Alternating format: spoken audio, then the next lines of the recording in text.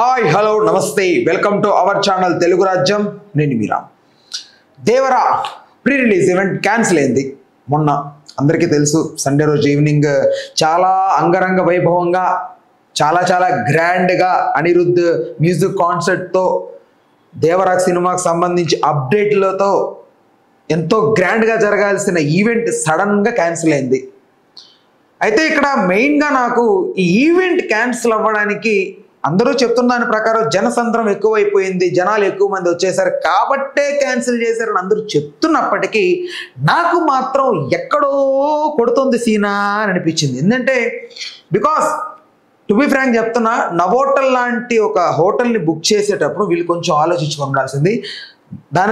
దాని జోలికి వెళ్ళే ముందు ఒకసారి ఫస్ట్ ఆఫ్ ఆల్ ఎన్టీఆర్కి సంబంధించి 6 years తర్వాత సోలోగా హీరోగా చేస్తున్నప్పుడు ఖచ్చితంగా చాలా జాగ్రత్తలు తీసుకొని ఈవెంట్లు లాంటి కండక్ట్ చేస్తే బెటర్. కాకపోతే మన వాళ్ళు ఏం చేశారంటే ఏదో ఓకే కండక్ట్ చేస్తున్నాం, జనం అంటే ఎక్స్పెక్ట్ చేసినంత రారేమో అనుకున్నారు, కానీ వాళ్ళు గుర్తుపెట్టుకోవాల్సింది మాత్రం ఒకే ఒక్కటి, ఎన్టీఆర్కి సంబంధించి ఏదన్నా జరుగుతుంటే ఫ్యాన్స్ తండోపు-తండాలుగా వస్తారు, లక్షల్లో వస్తారు. ఉదాహరణ, గతంలో ఆయనకు సంబంధించి ఆంధ్రవాల అనే చిత్రానికి ఎంతమంది వచ్చారో ఒకసారి మీరు గుర్తు చేసుకుంటే బెటర్.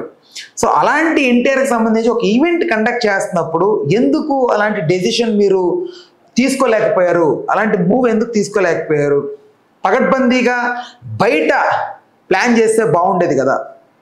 ఎస్పెషల్లీ రీసెంట్ టైంలో కల్కి కూడా రామోజీ ఫిలిం సిటీలో పెట్టారు దాన్ని, ఎక్కడో లాంగ్ అయినప్పటికీ అక్కడ జనం వచ్చారు, కంఫర్టబుల్గా జరిగింది. అక్కడ హీరోకి ఎలాంటి ప్రాబ్లం లేకుండా ఒక చిన్నదే బుజ్జి ఇంట్రడక్షన్కే నీట్గా పెట్టి మంచి ప్రమోషన్ చేసుకున్నారు. ప్రీ రిలీజ్ ఈవెంట్ దాన్ని నవోటల్లో పెట్టి ఎలా మేనేజ్ చేద్దాం అనుకున్నారో నాకైతే అర్థం కాలేదు. ఓకే, ఫస్ట్ ఆఫ్ ఆల్ నా డౌట్ ఏంటంటే 4000 నుంచి 5000 మంది కెపాసిటీ ఉన్న నవోటల్నే ఎందుకు చూస్ చేసుకున్నారు? బయట చాలా ఉన్నాయి కదా వెన్యూస్ మనం కండక్ట్ చేయాలనుకుంటే, బట్ అక్కడ ఎందుకు కండక్ట్ చేయాలనుకోలేదు? అంటే మెయిన్గా ఇక్కడ 4000 నుంచి 5000 మంది సీటింగ్ కదా. ఫస్ట్ ఆఫ్ ఆల్ అక్కడ పోలీస్ యంత్రాంగం వస్తారు, at the same time media వస్తుంది, at the same time cinema crew వస్తారు, సెలబ్రిటీస్ వస్తారు. సో ఇంతమంది వస్తున్నప్పుడు నీకు ఆల్మోస్ట్ ఒక 1000 సీటింగ్ ఆఫ్ కెపాసిటీ పోద్ది అక్కడే. ఇంకా మిగతా ఎంత 3000 ఉంటుందేమో. ఆ 3000 మందికి సంబంధించి పాసులు మాత్రమే మీరు ఇచ్చారా, ఇంకా ఎక్కువ మందికి ఇచ్చారా? ఎందుకంటే సుమారుగా 15,000 నుంచి 20,000 మంది అటెండ్ అయ్యారని అయితే ఒకటి వినపడుతోంది. అన్ని వేల మంది లోపలికి ఎలా వచ్చారు? ఫస్ట్ థింగ్ సరే ఓకే, బయట ఎక్కడ పర్మిషన్స్ దొరకలేదు, నవోటల్కే దొరికింది, సో నవోటల్లోనే కండక్ట్ చేశారని అనుకుందాం. ఈవెంట్ 6కి అయితే 4కి ఎందుకు రానిచ్చారు లోపలికి? ఎవరిది మిస్టేక్ ఇక్కడ? ఈవెంట్ 6కి అబ్బా 4కి ఎలా రానిచ్చారు? వస్తుంటే సెక్యూరిటీ ఏం చేస్తున్నారు?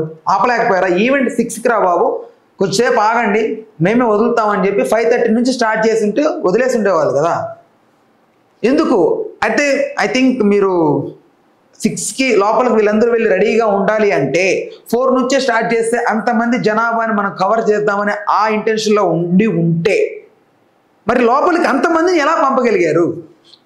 పాసులు అందరి దగ్గర ఎలా వచ్చాయి, అందరి చేతికి ఎలా వచ్చాయి? ఐ థింక్ దొంగ ముద్రలు ఏమైనా వేసారా? అంతమంది ఎలా రాగలిగారు లోపలికి? మీరేం చేస్తున్నారు లోపలికి వస్తుంటే? ఆపలేకపోయారా?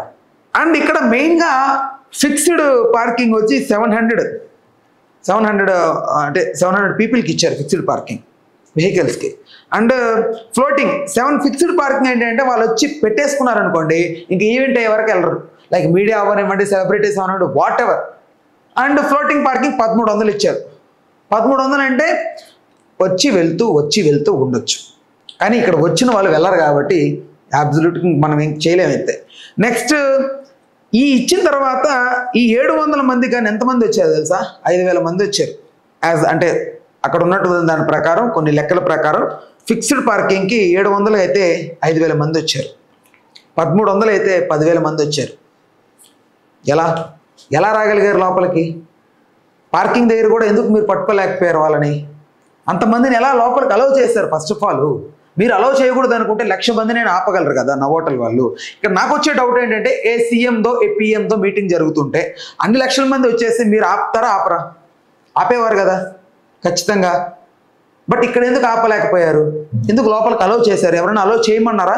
పర్లేదులే నిలబడుకోనైనా చూస్తారు, ఈవెంట్ ఎలాగోలా అన్ని పాసులు మనం వాట్ ఎవర్ ఫ్రీగా ఇవ్వకపోయినా వాటర్ ఏదో ఉంటుంది వాళ్ళకి సంబంధించి, లేకపోతే వాళ్ళ ఫ్యాన్స్కో లేదంటే వాళ్ళు ఏదైనా కొంచెం ఇస్తే ఫ్యాన్స్ని ఆకట్టుకోవచ్చు అనే ఆ కోణంలో ఏమన్నా ఎక్కువ పాసులు ప్రింట్ చేసి ఇచ్చారా వాళ్ళకి?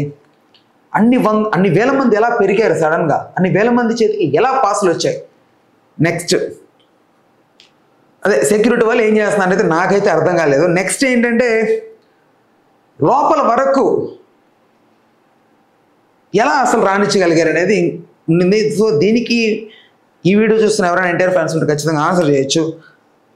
అందరి దగ్గర పాసులు ఎలా వచ్చాయనేది కూడా ఇంకో డౌట్. అది మెయిన్ నాకు. అందరి చేతికి ఎలా వచ్చాయి పాసులు? సుమారు 4,000 నుంచి 5,000 మంది కెపాసిటీ ఉంటే మహా అయితే ఒక 1,000-2,000 పాసులు ఎక్స్ట్రా ప్రింట్ చేయొచ్చు. మహా అయితే అందరు నిలబడ్డా కూడా 10,000 పాసులు. 20,000 మంది ఎలా వచ్చారు లోపలికి? అది నెక్స్ట్ ఈవెంట్ క్యాన్సిల్ అయినట్టు ఎవరు చెప్పారు? పోలీస్ వాళ్ళ చెప్పింది? పోలీస్ వాళ్ళైనా? పోలీస్ వాళ్ళకి ఎవరు చెప్పారు? పోలీస్ వాళ్ళు సొంతంగా డెసిషన్ అయితే తీసుకోరు ఈవెంట్ క్యాన్సిల్ చేద్దాము అని. ఆ ఈవెంట్కి ఎవరైతే పర్మిషన్ ఇచ్చుంటారో నవోటల్ సంస్థ వాళ్ళు చెప్పాలి. వాళ్ళు ఎందుకు చెప్పారు ఈవెంట్ క్యాన్సిల్ అని? వాళ్ళకేమనిపించింది? రైట్, ఈవెంట్ క్యాన్సిల్ చేసింది నవోటల్ వాళ్ళు అని అనుకుందాం కాసేపు. అండ్ ఎవరైతే ఈ ఈవెంట్ కండక్ట్ చేసిన ఏదైతే ఆ మీడియా వాళ్ళు ఉన్నారో వాళ్ళు ఎందుకు వాళ్ళతో మాట్లాడలేకపోయారు? వాళ్ళని ఎందుకు వాళ్ళు కన్విన్స్ చేయలేకపోయారు? కన్విన్స్ చేసి వాళ్ళు ఎందుకు ఒప్పుకోలేదు? బికాజ్ అంత ఏం జరిగింది. అండ్ లాస్ట్లో వెళ్తూ వీళ్ళందరూ కూడా ఆస్తి నష్టం చేశారు. టు బి ఫ్రాంక్ చెప్తున్నాను, తారక్ గారి అభిమానులు అగ్రెసివ్గా ఉంటారు ఒప్పుకుంటాను, కానీ ఆయన చెడ్డ పేరు తెచ్చేంతలో అయితే బిహేవ్ చేయరని అయితే నా అభిప్రాయం. అయితే బేసిక్గా అక్కడ కొంతమందిని చూశాను నేను, పోలీసుల మీదకి వెళ్తున్నారు, గార్డ్స్ మీదకి వెళ్తున్నారు. ఓకే, అక్కడ వాళ్ళు ఏదైనా కొంచెం ఎక్స్ట్రాగా ఏదైనా కొంచెం బిహేవ్ చేసినప్పటికీ సర్దుకోవాలి. బట్ సర్దుకోలేదు, అగ్రెసివ్గా వాళ్ళ మీద గొడవలకి వెళ్ళింది వాస్తవమే. అయితే నాకు ఇక్కడ ఏమనిపించిందంటే అసలు ఒక వస్తువుని పగలగొట్టేంత లేకపోతే ధ్వంసం చేసేంత అలాంటి చర్యలకు పాల్పడరు ఎన్టీఆర్ గారి అభిమానులు అయితే నేను నమ్ముతాను. బట్ అక్కడ ఎవరు అదర్ హీరో ఫ్యాన్సా అంటే ఎవరిని ఊరికే బ్లేమ్ చేయలేం మనం. సో ఖచ్చితంగా ఎన్టీఆర్ గారి అభిమానులు ఆలోచించి ఉంటారు. అలాంటి ఆస్తి నష్టం చేసే అలాంటి చర్యలకు పాల్పడి ఉండరు.